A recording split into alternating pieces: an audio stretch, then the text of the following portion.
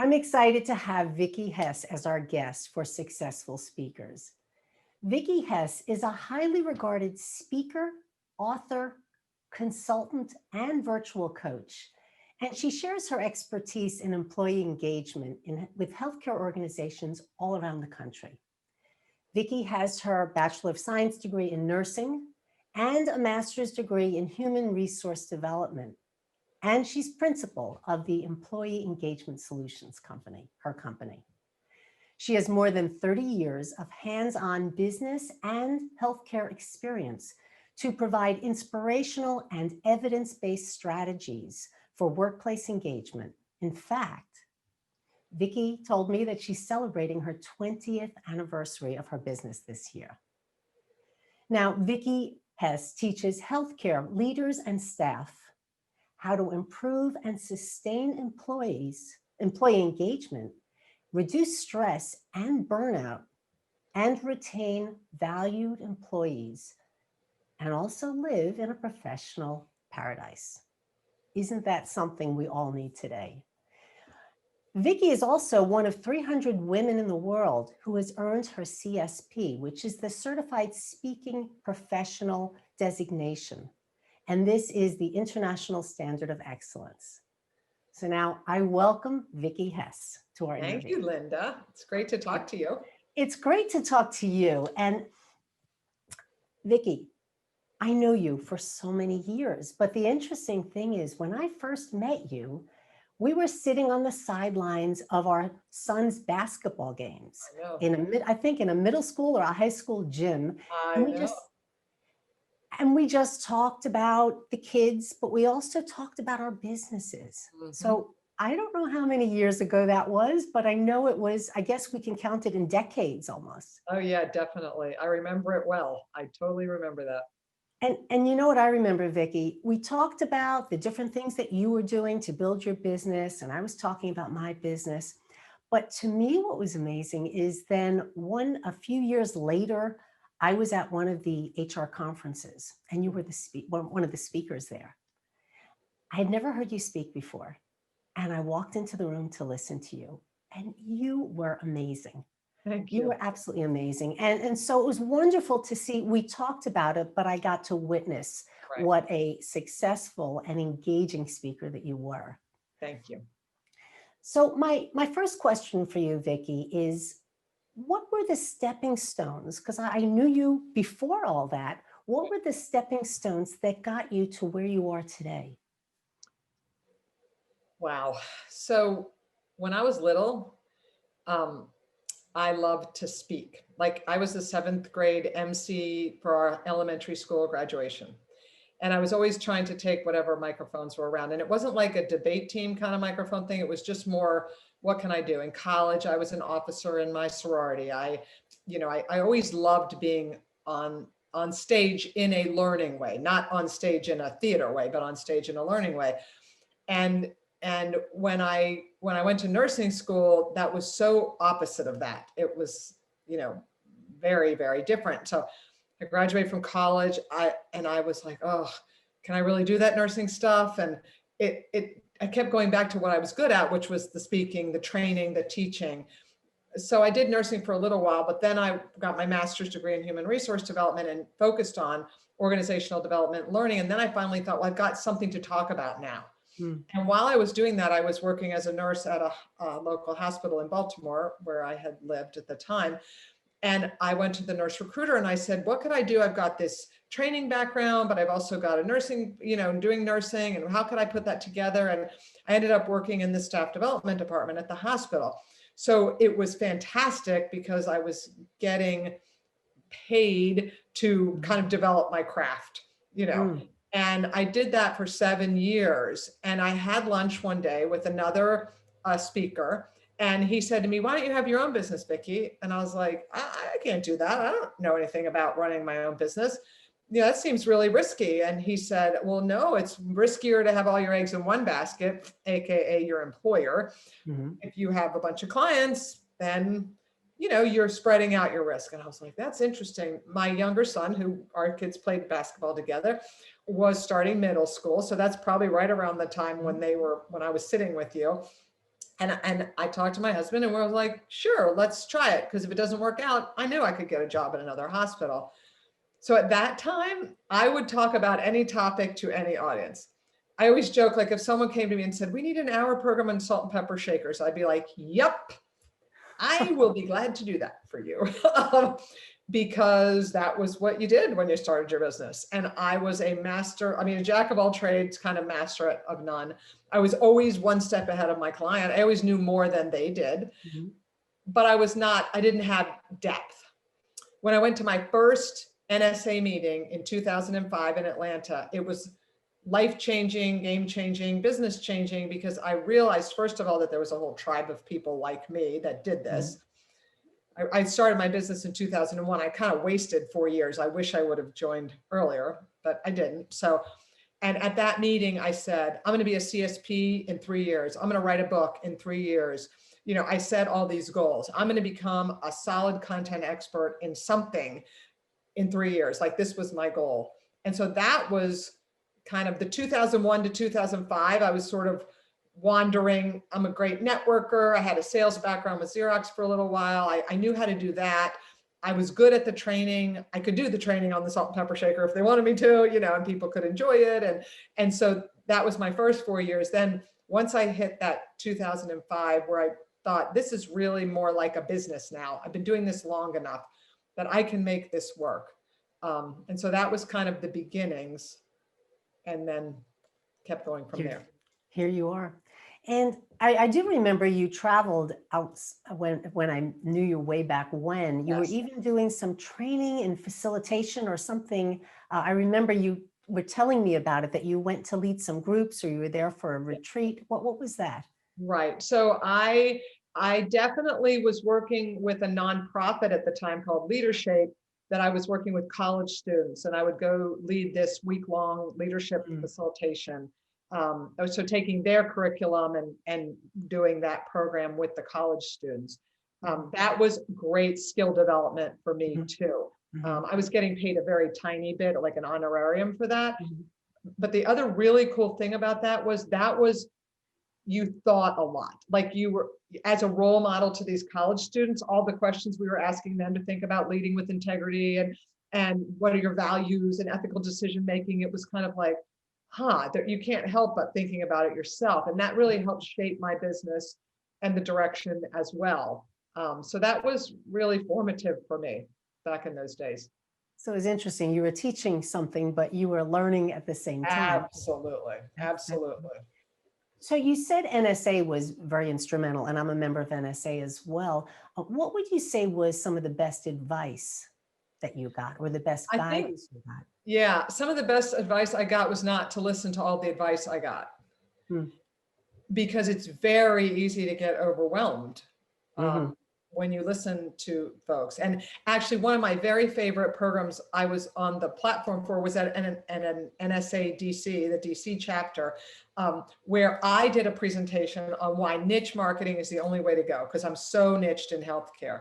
And Arnold Sanow, another member, did a presentation on why being broad is the only way to go. And both of us have really successful businesses. It was a perfect example of there is not one right way to do things. It's the best way for you.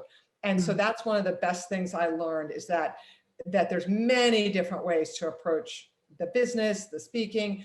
And so I think that was one of the best things I learned, was to be authentic to myself and do what felt right to me, and take what you can learn along the way. But there's nobody knows it all for you. You know, you have to be introspective and know it for yourself. And nobody knows what the right fit or what feels good for you. They don't. That's exactly right. That's exactly You right.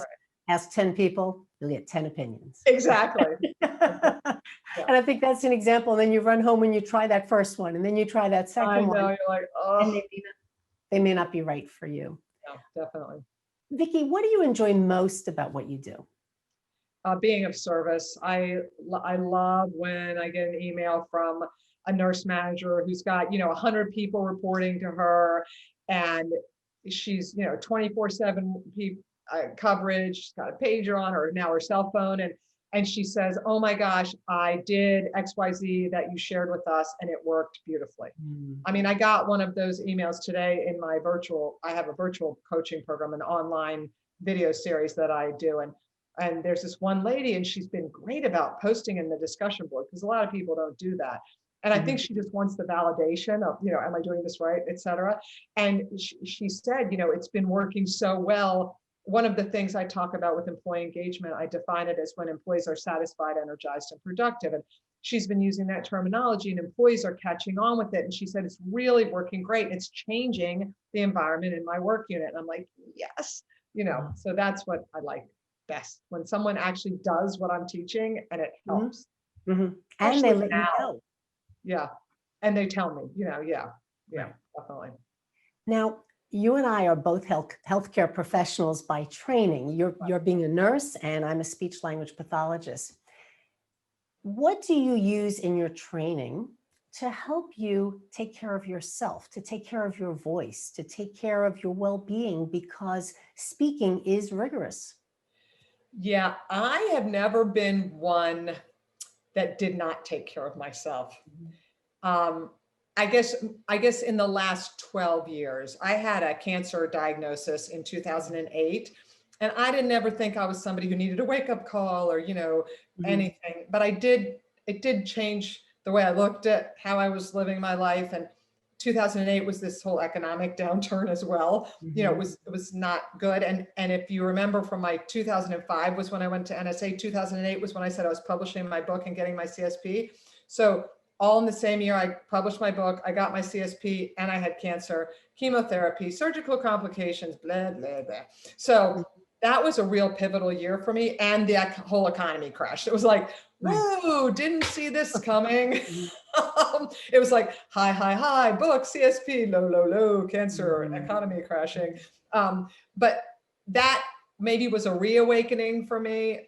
And I have, especially in the last 5 years, have been really good about, unless I'm traveling, I would block off Fridays in the summer at first, no calls. And then I was like, why am I only doing this in the summer? Who says you can only have fun in the summer? So I did that all the time. My Fridays have been blocked off for several years, that if I have to do work, I do it, of course, but I don't proactively do that. And for a while I was blocking off Tuesdays as well. And now I just block off every morning till 1 o'clock. I don't do any calls, and Fridays. And again, if I need to, I can open that up if that's the only time somebody can talk. But I found I was more productive with my brain earlier in the day. So it was like a waste of time to schedule calls. It wasn't a good energy use for me. And so if I needed to get up and write, or I needed to think or create, or, tape things, that's an old word, record things, I'm better off doing that in the mornings. In the afternoon, when I start to my energy goes down, it's easy to do phone calls. It's easy to do other things. And so the other thing is, my husband and I made a decision to move to Florida 3 years ago, and we're both triathletes. I paddleboard regularly. This morning I ran and I cycled. Actually, we cycled in the rain, but it was just a drizzle and it was warm out. And I was like, who cares? So I meditate every single day. I have a regular prayer practice that I do with that meditation. I'm very purposeful. Now, I teach a lot of this. So I really felt like it was important to role model what I'm teaching, but I know it works. I know I have a very robust gratitude practice. My license plate is grateful me. I have a hashtag so grateful that I use all the time. That's just part of who I am. And so I really I operationalize those things in my life because they're very important to me. Now, I always think about, because I coach speakers as well, and people always ask me this question, tell me a little bit, before you speak, tell me a little bit about nervousness or adrenaline or anxiety, or however you want to frame it. Does that exist for you? Yeah. So I have a meditation that I found that's before you give a presentation. And I'm like a little superstitious, like I always have to do that meditation in the morning. And if I'm traveling, when I was traveling before COVID, if I was in a hotel, let's say I had to be downstairs at 7:30 for a sound check and everything, I would get up 2 hours earlier, 5:30. I have a very, 2 hours before I need to be somewhere, I'm up. I do that meditation. I have that prayer practice that I do.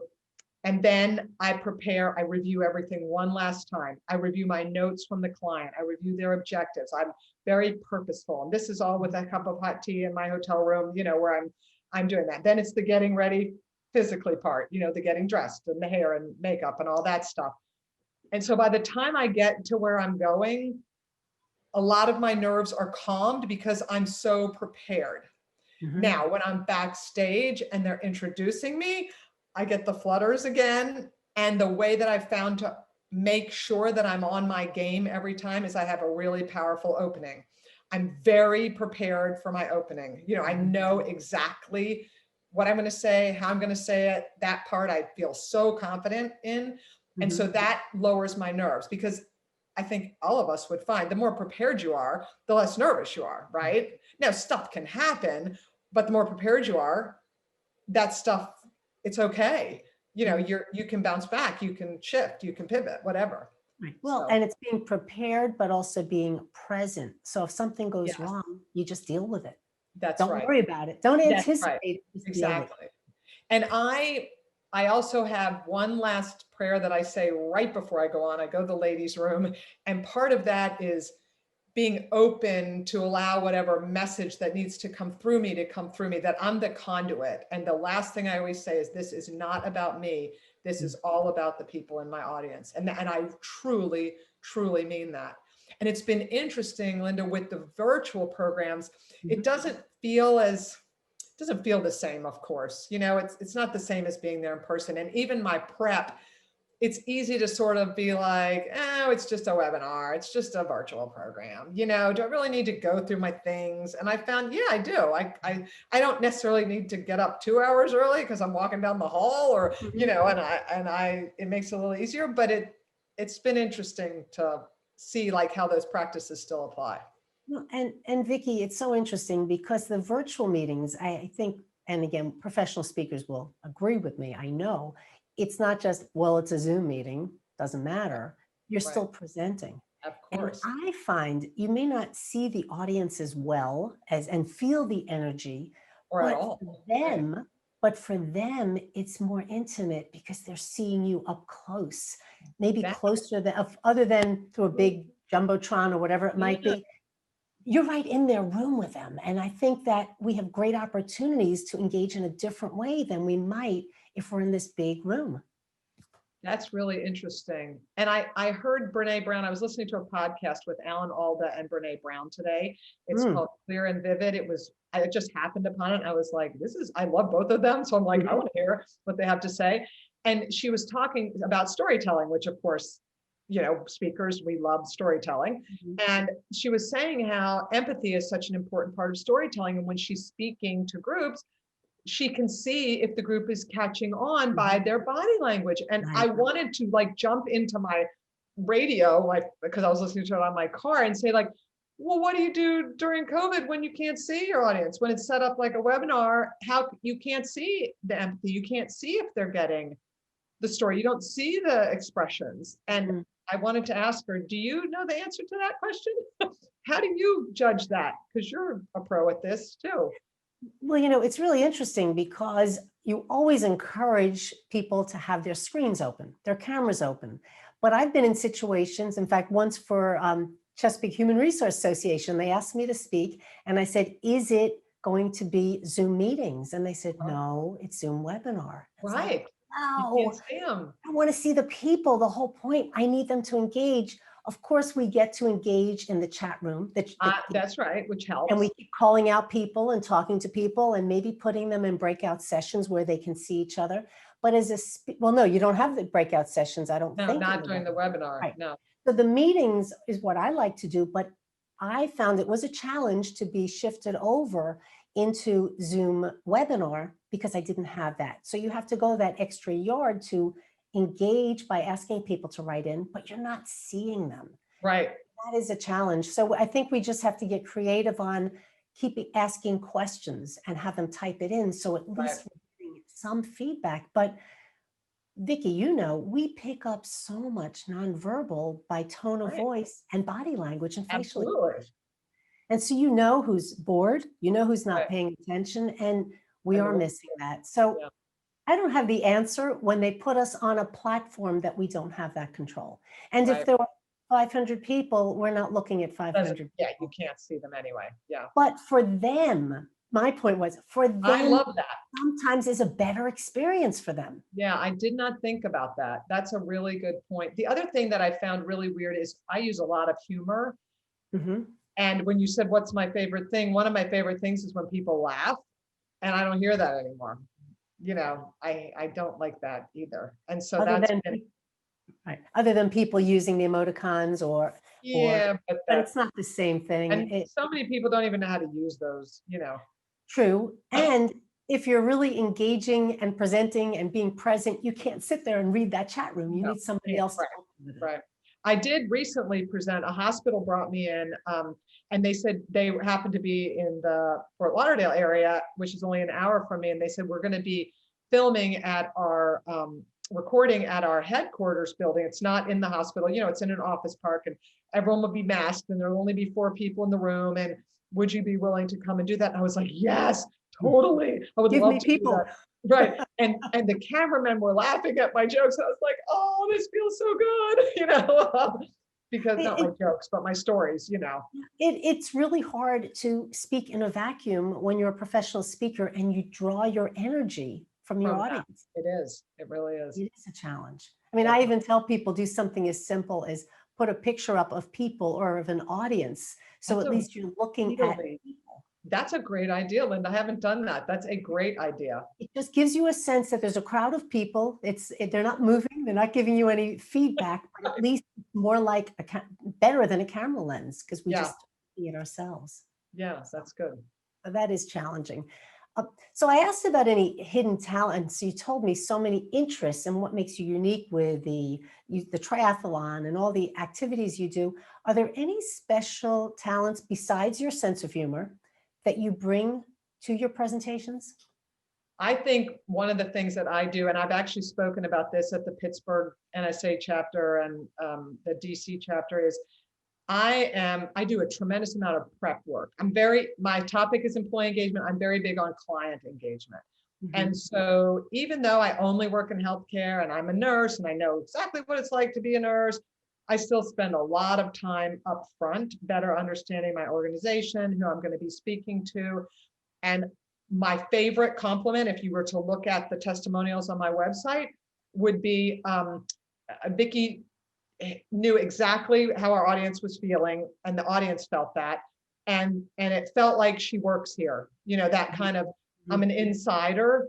And so I think that's one of the things that I do really well. I'm also really good at systems and processes. And so in e-speakers, that's what we use, my salesperson and my virtual assistant and myself. When we book a new client, there's something like 62 action items that we have that are all pre-populated, that are very specific, and we have a lot of systems in place. So when we have one of those things that we do is a debrief call after, and we always schedule that before I speak. We have the debrief call scheduled. And my question is, you know, I say we're always looking for continuous improvement opportunities. I'd like to get your thoughts on what happened before, during, and after. So on the prep side, you know, how did we do? Did we communicate with you effectively? Is there anything we could do to improve? And 99% of the time they say, oh my God, you guys were great. Well, that's because we've got systems in place, because we're very organized. And if we say we're going to send you something, we send it. We got to the point where we ask our clients, Marcia, who I work with, she'll say, Vicki has multiple steps to get ready for this. Would you like those all at once, or would you like us to trickle them out over time? So we gave because we got feedback from some clients that it's overwhelming. You sent me too many documents. We got feedback from other clients. I would have liked to have had those documents up front. So now we start asking, and we say, would you, you know, how would you like it? We try to be very client centric.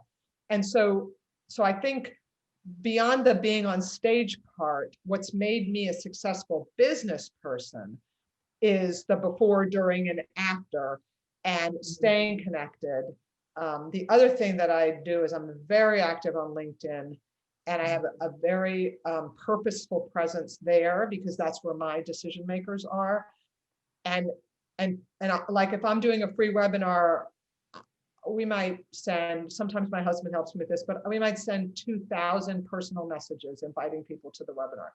And other people are like, you got to be crazy. I'm not doing that. I'm like, well, I am. And I had 674 people on my last webinar, you know, and in my free webinar, and it transferred into this much business, you know. And so I tried in the beginning, I didn't know how to be a business person. One thing I've really worked on over the years is my platform skills. I've always worked on those, but I always felt like it was important to provide a complete experience. So when I think about my talents, I think it's not just my on-stage presence, but it's everything else I bring to it. And I think you bring a very good point about that. And because many people, especially in this past year, may have lost their job and they say, I'm going to be a speaker. Right. And they think about, I'll just get up on that stage and talk. And like you said, there's a whole business, there's a whole way to organize it. There's a whole way to follow it up at the end, which I think many of us are guilty of. Right. We got the job, they paid us, we spoke, we're done. But right. if we have a very robust follow-up system. So the follow-up, that's a great recommendation. I want to leave it with that as a great recommendation that people should prepare, of course, deliver, but then follow up. Yeah, that's great advice. Vicki, how do people get in touch with you if they want to learn more about you or about what you're doing? Sure. My website is vickihess.com, VICKIHESS.com. But of course, because I'm a speaker, I also own VICKYHESS.com and VickiHess.org and VickiHess.net. So pretty much anything you try should get there, but VickiHess.com is the easiest way. So that, and I have a contact form on there, you know, where folks are welcome to reach out to me if I can help in any way. So all they have to do is remember your name then. Yes, exactly. However they spell it, Vicki. However they spell it, they're going to get me. Yeah. Or if they Google me, Vicki Hess healthcare speaker, I am at the top of the non-paid people most of the time. You know, I should pop right up. So great. Vicki, it's been great talking to you. I know I've seen your business escalate and skyrocket over the years or decades. And it's great to see where you are and follow what you're doing. And I'm so impressed with how you've become a very successful speaker. Thank you, Lynda. Well, it's really fun to talk to you. I really appreciate it. And I appreciate all the work you do coaching folks, because I think people really, I mean, I got coached. That was something that was really helpful to me. And it's very helpful to have someone give you a different perspective than you can see yourself. So thanks for everything that you're doing. Sure. My pleasure.